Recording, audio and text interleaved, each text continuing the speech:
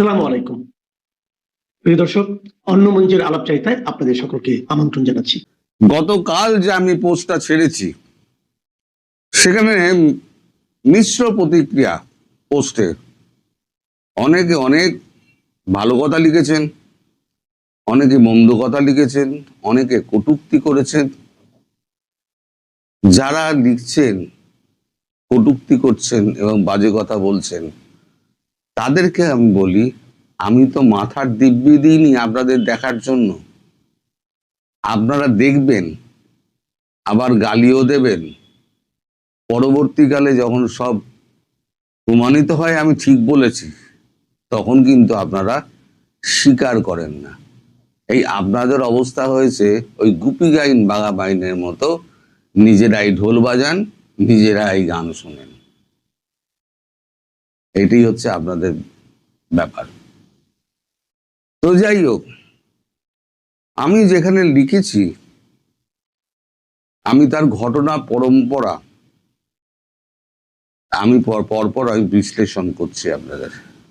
এই খবরটা জেনারেট করেছে কিভাবে, অনেকের মনে অনেক অবিশ্বাস আছে, এবং এটা যেটা আমি লিখেছি এবং যেটা আজকে আমি বলছি সেটা কদিন বাদে ওই আপনাদের খলিলুর রহমান যেমন গিয়ে মিথ্যে কথা বলেছিল না, শেখ হাসিনার প্রসঙ্গ ওঠেনি, পরে প্রমাণিত। গতকালকে আমি এক কাগজ দিয়ে প্রমাণ করে দিয়েছি যে আমি যা বলেছিলাম ঠিক বলেছিলাম। এটাও কদিন বাদে প্রমাণিত হবে যে আমি যা বলেছিলাম ঠিক বলেছিলাম। আমি অনেক আগে বলি তো, তাই আপনাদের স্মৃতি থেকে মুছে যায়। কিন্তু এবার আমি বারবার মনে করিয়ে দেবো আমি এটা বলেছিলাম, আমি এটা বলেছিলাম, বারবার মনে করিয়ে দেবো। তো গতকালকার বিকেলে বেলা আমি খবর পাই যে শেখ হাসিনার সঙ্গে রাহুল গান্ধী, প্রিয়াঙ্কা গান্ধী, আমাদের সলিসিটর জেনারেল আর এবং আমাদের নামটা ভুলে গেলাম, মনে পড়ে যাবে, এবং সুপ্রিম কোর্টের আইনজীবী কংগ্রেস সদস্য মনু সিংভি, এটা 4 জনে দেখা করেছেন। এবার কতগুলো ঘটনা পরম্পরা মেলান, যোগসূত্র আপনি খুঁজে বার করার আপনারা চেষ্টা করুন। প্রথম আমি একটা ভিডিও করেছিলাম যে শেখ হাসিনাকে বেশি দিন রাখতে চায় না ভারত, কারণ তার বয়স হয়েছে। যদি ভারতে কোনো কিছু হয়ে যায় তাহলে পুরো ব্লেমটা এসে ভারতের উপরে পড়বে, ফলে যা করার ভারতবর্ষকে তাড়াতাড়ি করতে হবে। এটা কিন্তু আমি প্রথম দিকে বলেছিলাম।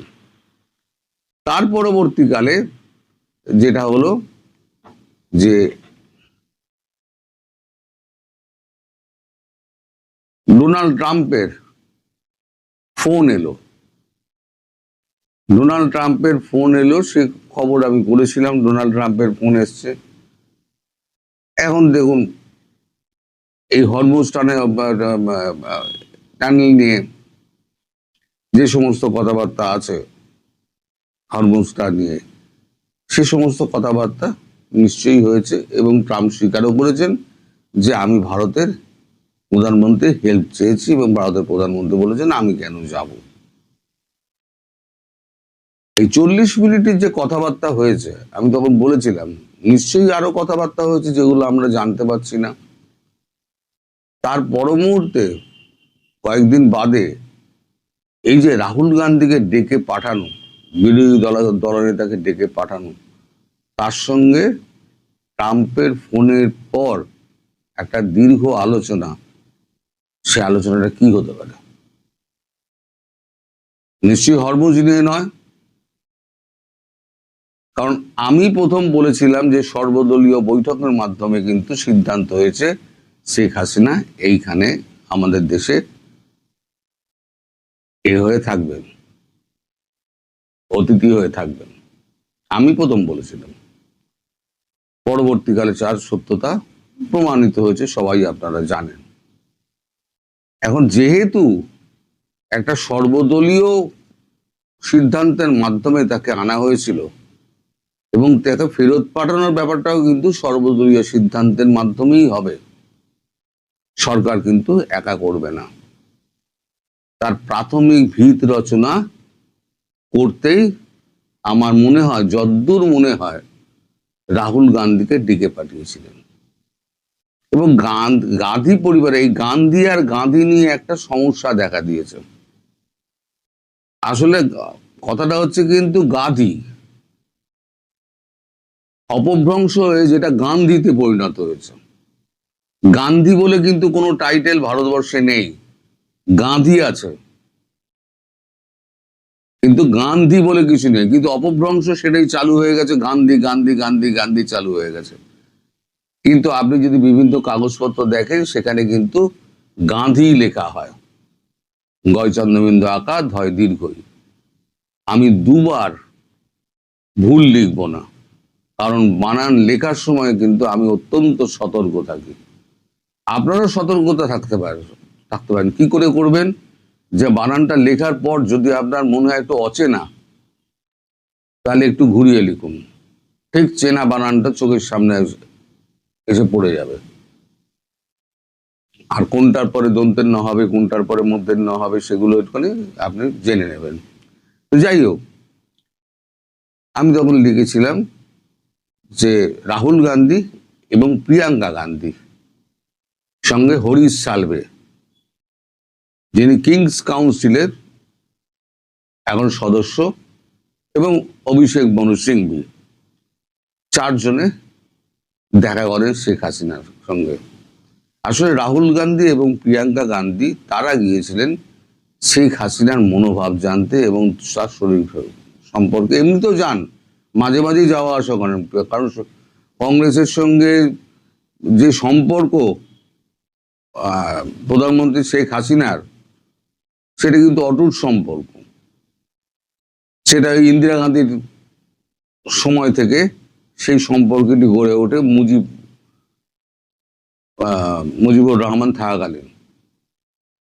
দীর্ঘদিন আমাদের এখানে শেখ হাসিনা আশ্রয়ে ছিলেন, 6 বছর না 8 বছর এখানে আশ্রয়ে ছিলেন। সেই সময়তে তখন থেকে কিন্তু সোনিয়া গান্ধীর এই ইন্দিরা গান্ধীর খুব কাছের মানুষ। তো যাই হোক, সে নিয়ে আমি অনেক কথা বলেছি। তারা তার মনোভাব জানতে গিয়েছিলেন, এবং সব থেকে খটকার বিষয়, এখানে কেন্দ্রের তরফে হরিশ সালভে,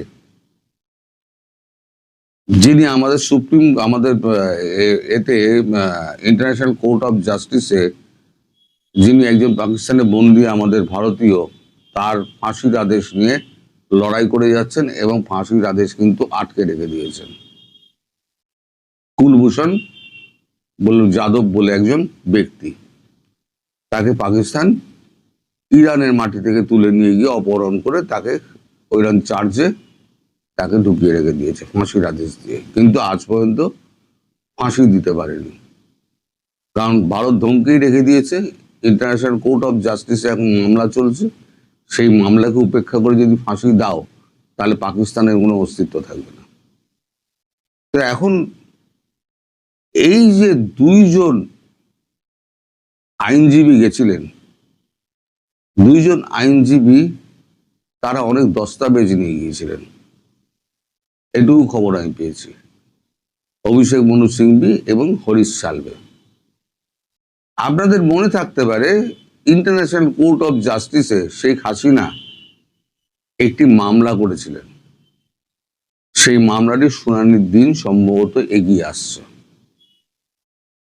সেই মামলাটির সঙ্গে এই দুজন আইনজীবীর, একজন কংগ্রেসের অভিষেক মনু সিংভি এবং একজন ভারতবর্ষের প্রাক্তন অ্যাটর্নি জেনারেল এবং সুপ্রিম কোর্টের আইনজীবী এবং ওই কিংস কাউন্সিলের সদস্য হরিশ সালভে, তারা হয়তো ইন্টারন্যাশনাল কোর্ট অফ জাস্টিসে শেখ হাসিনার হয়ে লড়াই করতে পারেন, এবং একটা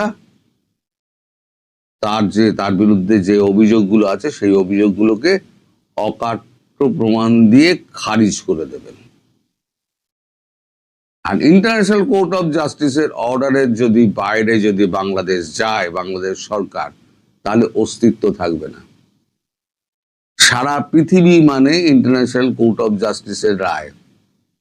সেখানে বাংলাদেশ যদি না মানে ইন্টারন্যাশনাল কোর্ট অফ জাস্টিসের রায় যে এই সরকার অবৈধ, বৈধ প্রধানমন্ত্রী তিনি এখন গিয়ে ক্ষমতা নেবেন, যদি এই রায় বেরোয়, তাহলে ভারতবর্ষ তার 7 দিনের মধ্যে দেখবেন শেখ হাসিনাকে নিয়ে গিয়ে ওখানে বসিয়ে দেবেন। এটা আমার নিজস্ব বিশ্লেষণ।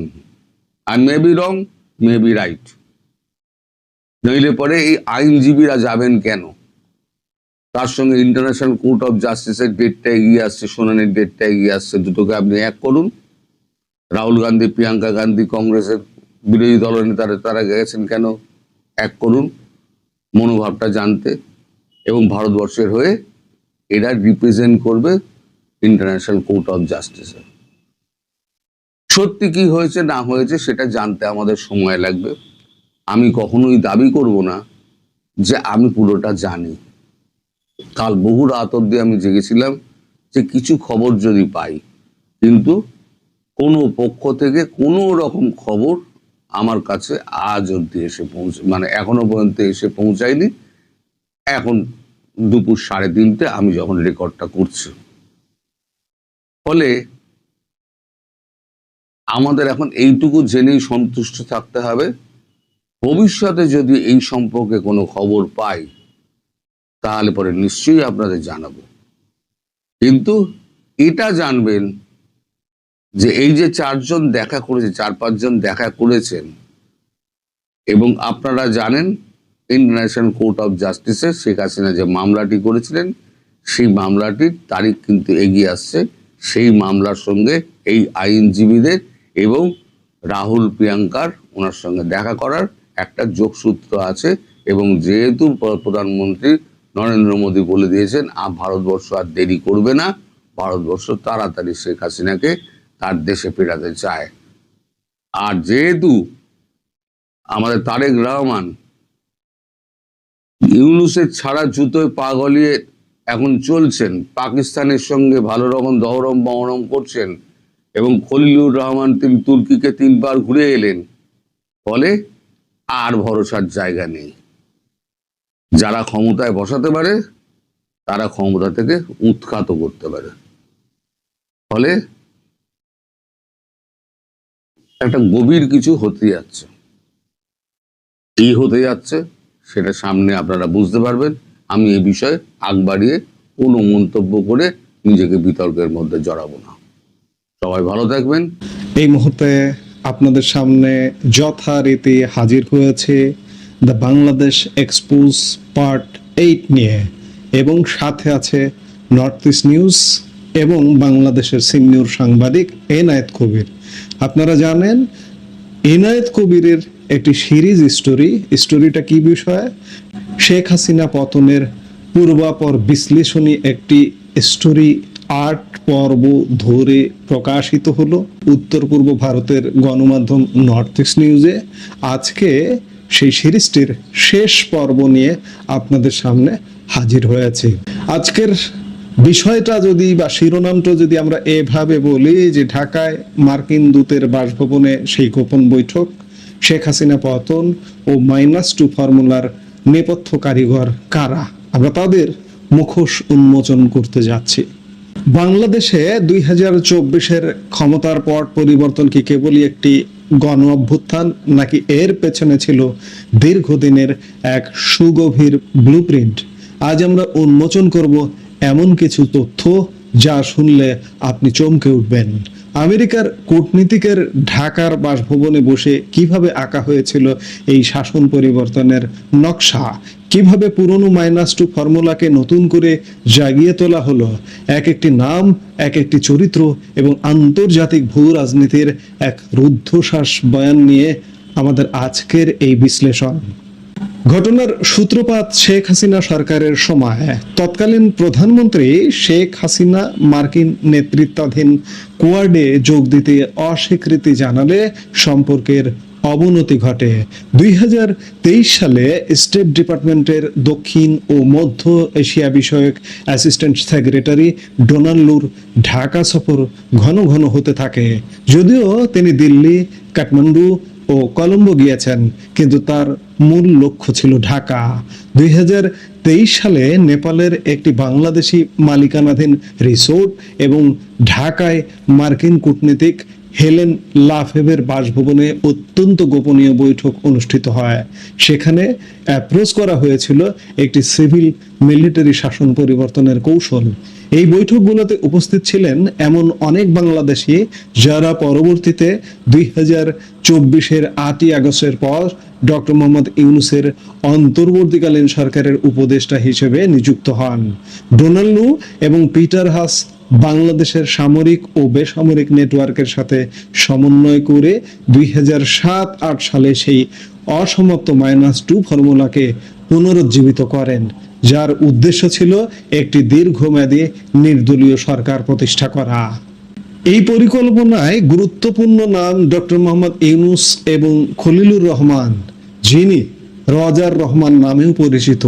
সাবেক মার্কিন রাষ্ট্রদূত মার্শা বার্নিকাট জাফরুল্লাহ চৌধুরীকে বেছে নিয়েছিলেন ইউনূসের এক বামপন্থী আত্মীয়র মাধ্যমে। 1999 সালে এই আত্মীয়ই খলিলুর রহমানকে ইউনূসের সাথে পরিচয় করিয়ে দেন। 2001 সালে বিচারপতি লতিফুর রহমানের পিএস থাকাকালীন খলিলুর রহমান জামাত বিএনপি জোটকে ক্ষমতায় আনতে ভূমিকা রাখেন। পরবর্তীতে ইউনূস তাকে আমেরিকায় থিতু হতে এবং জাতিসংঘে প্রভাব বিস্তার করতে সাহায্য করেন। খলিলুর রহমান মার্কিন deep state, military, media, industrial complex এবং ক্লিন্টন ফাউন্ডেশনের সাথে ঘনিষ্ঠ সম্পর্ক গড়ে তোলেন। 2013 সালের শেষ দিকে তৎকালীন সেনাপ্রধান জেনারেল ইকবাল করিম ভুঁইয়া, যিনি আইকেবি নামেও পরিচিত, এবং মেজর জেনারেল হাসান সারওয়ার্দী একটি মার্কিন মদতপুষ্ট অভ্যুত্থানের পরিকল্পনা করেছিলেন, কিন্তু পরিকল্পনা ফাঁস হয়ে যাওয়ায় তারা পিছিয়ে আসেন এবং শেখ হাসিনার বিশ্বাস ফেরাতে 2014 সালের সেই বিনা প্রতিদ্বন্দ্বের তার নির্বাচনে সহায়তা করেন। এরপর থেকে শেখ হাসিনা সরকার ধীরে ধীরে ক্যাডার ভিত্তিক দল থেকে গোয়েন্দা সংস্থা ও সামরিক নির্ভর হয়ে পড়ে। ভূরাজনৈতিক ক্ষেত্রে শেখ হাসিনা ভারত, চীন, রাশিয়া ও জাপানের সাথে ভারসাম্য রক্ষা করেছিলেন। পদ্মা সেতুতে বিশ্বব্যাংক সরে গেলে চীন এগিয়ে আসে। চীনের বিনিয়োগে বাংলাদেশে মেগা প্রজেক্টের বিস্তার ঘটে।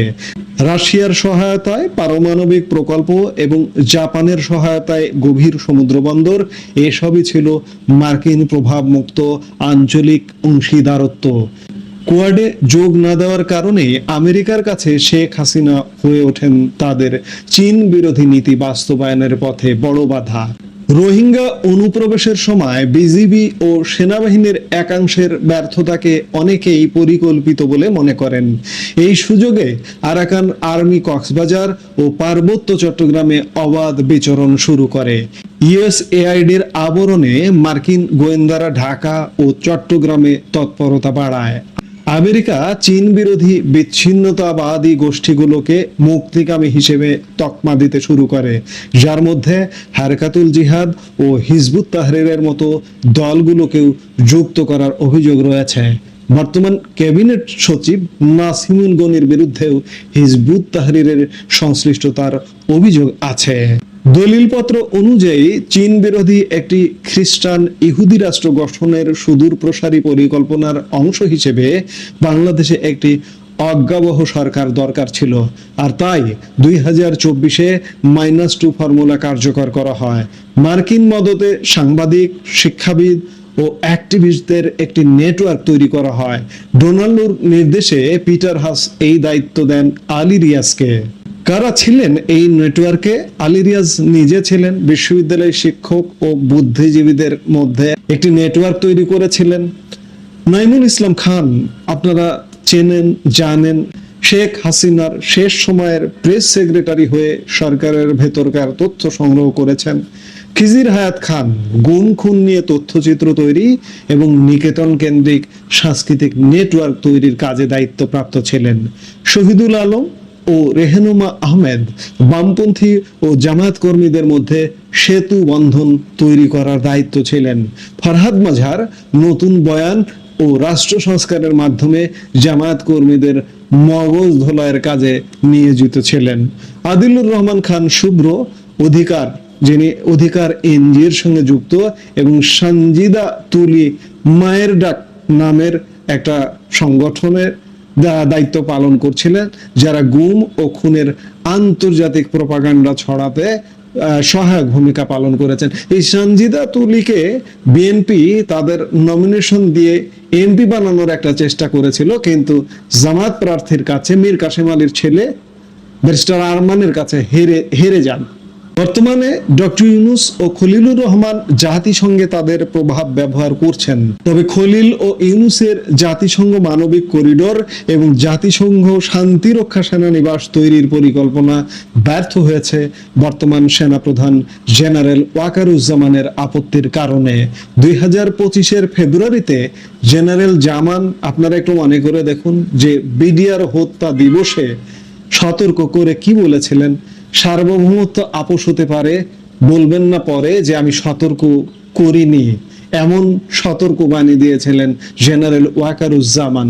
2026 সালের 7 এপ্রিল পররাষ্ট্রমন্ত্রী হিসেবে খলিলুর রহমান ভারত সফর করেন এবং তারেক রহমানের ভারত সফরের কথা জানান। কিন্তু ভারত তার 7 সিস্টার্স বা উত্তর পূর্বাঞ্চলীয় রাজ্যগুলোর নিরাপত্তার স্বার্থে বাংলাদেশের ভূমি ব্যবহারের ওপর জোর দিচ্ছে। অন্যদিকে বিএনপি ক্ষমতায় আসার 2 মাস হলেও চীনের সাথে সম্পর্কের কোনো দৃশ্যমান অগ্রগতি নেই। আমি এর সাথে একটু যোগ করতে চাই, বিএনপি রাজনৈতিক দল হিসেবে তাদের একটি প্রতিনিধি দল এই মুহূর্তে চীন সফরে আছে। এখন সম্পর্ক উন্নয়নের কোনো দৃশ্যমান অগ্রগতি নেই। এই সফরটার উপরে ডিপেন্ড করবে যে চীনের সাথে সম্পর্কের উন্নতি হচ্ছে কিনা।